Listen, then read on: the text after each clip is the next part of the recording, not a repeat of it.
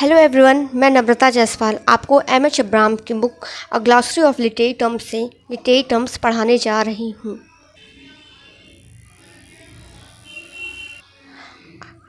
अब मैं आप लोगों को अफेक्टिव फैलेसी के बारे में पढ़ाने जा रही हूँ। अफेक्टिव फैलेसी क्या होता है? अफेक्टिव मीन्स होता है भावात्मक। फैलेसी मतलब गलती, वह गलती जो हम भाव में आकर के करते हैं, भावात्मक रूप से करते हैं।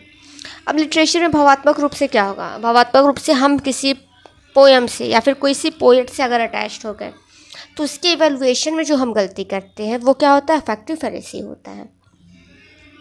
In an essay published in 1946 में W.K. विम्सेट एंड मुनरो सी बियर्सले ने एक एसे पब्लिश करवाया था, डिफाइंड द अफेक्टिव फैलेसी, और इसी एसे में उन्होंने अफेक्टिव फैलेसी के बारे में व्याख्या किया था as the error of evaluating a poem. कि अफेक्टिव फैलेसी क्या है? एरर है किसका? पोएम को इवेलुएट करने का, बाय इट्स इफेक्ट, किसके द्वारा? इसके प्रभाव के द्वारा, इसके प्रभाव के द्वारा, स्पेशली इन इमोशनल इफेक्ट। कैसा इफेक्ट? Emotional effect. जब हम इमोशनल रूप से क्या करें?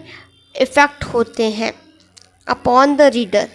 अगर कोई पोएट, कोई पोएम हो गया, वह रीडर को इमोशनली रूप से अफेक्ट कर रहा है तो वह उस पोएट की पोएम पढ़ने में क्या करेगा? इवेल्युएशन में क्या करेगा? गलती करेगा। वो हो जाता है affective fallacy. As a result, परिणामतः of this fallacy, a poem itself as an object of superficially critical judgment tend to disappear। कि जो अगर हम इस तरह का गलती होती है अफेक्टिव फैलेसी, जो पोएम का ऑब्जेक्ट होता है उसके क्रिटिकल जजमेंट में क्या होता है? वो ख़त्म हो जाता है, मतलब उसका क्रिटिकल जजमेंट हम सही से नहीं कर पाते। सो दैट क्रिटिसिज्म, यह जो क्रिटिसिज्म होता है इन इम्प्रेशनिज्म एंड रिलेटिविज्म। इम्प्रेशनिज्म क्या होता है? सब्जेक्टिव फोकस करना। कैसा फोकस करना? किसी भी पोएम पर सब्जेक्टिव फोकस करना। और रिलेटिविज्म मतलब होता है इंडिविजुअल, हम अपने आप से रिलेट करके, कहीं ना कहीं उसको रिलेट करके अगर हम पढ़ रहे हैं तो वो क्या कर रहा है? फैलेसी क्रिएट कर रहा है। कौन सी फैलेसी क्रिएट कर रहा है? अफेक्टिव फैलेसी क्रिएट कर रहा है। तो हमको क्या करना है? इसका एंड करना है, इंड्स इन इम्प्रेशनिज्म और रिलेटिविज्म।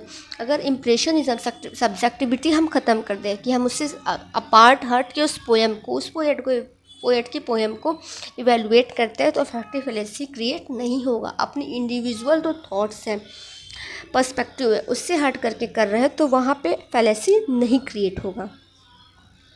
द दो क्रिटिक्स थे wrote in a direct reaction to the view of I A. Richards. I A. Richards का जो व्यू था रीडर रिस्पॉन्स को लेकर के, रीडर को लेकर के, in his influential principle of literary criticism. 1923 में इन्होंने प्रिंसिपल ऑफ लिटरेरी क्रिटिसिज्म दिया और इन्होंने इसमें रीडर के व्यू को मेन कहा है। इसी के अगेंस्ट में अफेक्टिव फैलेसी दिया गया है। तो अब देखिए दो क्रिटिक विम्सेट एंड बियर्सले ने जो रिएक्शन किया है, किसके अगेंस्ट किया है? आई.ए. रिचर्ड्स के अगेंस्ट किया है। That the value of a poem can be measured by the psychological response it insight in its reader. IA. Richards का मतलब मानना है कि पोएम की वैल्यू कैसे पता चलेगी?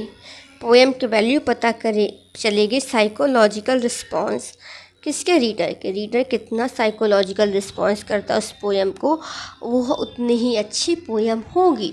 जबकि बियर्सले एंड विम्सेट ने इसे अफेक्टिव फैलेसी बताया है। बियर्सले लेटर मॉडिफाइड, बाद में मॉडिफाई करते हैं द अर्लियर क्लेम को बाय द एडमिशन दैट, और उसमें चीज़ें ऐड करते हैं। क्या ऐड करते हैं? It does not appear that critical evaluation can be done all except in relation to certain type of effect that aesthetic object have their own perceivers। critical evaluation जो है can be done all except in relation to certain type of, बिना किसी relation के, बिना किसी effect के नहीं किया जा सकता। ठीक है। जो क्रिटिकल इवैल्यूएशन होता है किसी भी पोयम का, वो बिना किसी रिलेशन के या बिना किसी इफ़ेक्ट के नहीं किया जा सकता। ये बाद में बियर्ड्सले ने अपने प्राइमरी जो कंसेप्ट दिया है उसको मॉडिफाइड करके कहा है। लेकिन उन्होंने क्या कहा है कि आप बिना रिलेशन और इफ़ेक्ट होके करिए, लेकिन वो इफ़ेक्ट क्या होना चाहिए, ऑब्जेक्टिव होना चाहिए। That aesthetic object have their own perceiver, कि वह क्या ना एस्थेटिक ऑब्जेक्ट्स को ध्यान देते हैं कि वह एस्थेटिक इस तरह से हो कि आप उससे हट के इवेलुएट करें, दूसरे वर्क से किसी न किसी रिलेशन से इफ़ेक्ट होके करिए, लेकिन उसमें अपनी इंडिविजुअलिटी हर जगह नहीं डालनी है, अपनी सब्जेक्टिविटी को इंक्लूड नहीं करना है। इसीलिए altered the doctrine become a claim for objective criticism। इसलिए जो उन्होंने बाद में यह इवेलुएट किया, चेंज किया, altered मतलब चेंज किया अपना डॉक्ट्रिन, यह कहा इसको ऑब्जेक्टिव क्रिटिसिज्म में किया जाता है। ऑब्जेक्टिव क्रिटिसिज्म क्या होता है, ऑब्जेक्टिव क्रिटिसिज्म होता है focused on the work that is free from personal bias and emotion. हमारा पर्सनल बायस्ड और इमोशनल नहीं होना चाहिए। अगर ऐसा नहीं है तब वो ठीक है, अगर पर्सनल बायसनेस और इमोशंस आ रहे हैं तो वो हमारी अफेक्टिव फैलेसी में आ जाते हैं। In which the critic instead of describing the effect of a work focus on the features, कि आपको क्रिटिक को इफ़ेक्ट मतलब इमोशनल ना हो करके उस पोइट्री के फीचर्स पे, डिवाइस पर, a form of a work को ध्यान में देख के उसका क्या करना चाहिए, इवेलुएट करना चाहिए। Features, devices and form of the work by which such effect is achieve, जिसके द्वारा ये अचीव किया गया है। अब इसके बाद देखिए अफेक्टिव फैलेसी जो कि विंसेंट एंड मुनरो बियर्डस्ले द्वारा दिया गया था। इन्होंने आइए रिचर्ड्स का क्या किया, रिएक्शन में आया, आइए रिचर्ड्स के रिएक्शन में दिया। अब अफेक्टिव फैलेसी के अगेंस्ट में 1970 में रीडर रिस्पॉन्स आया था, an extreme against the doctrine. इस डॉक्ट्रिन का मतलब अफेक्टिव फैलेसी की डॉक्ट्रिन का अगेंस्ट हुआ था, कहाँ पे, of the affective fallacy was manifested during the 1970s in the develop of reader response criticism.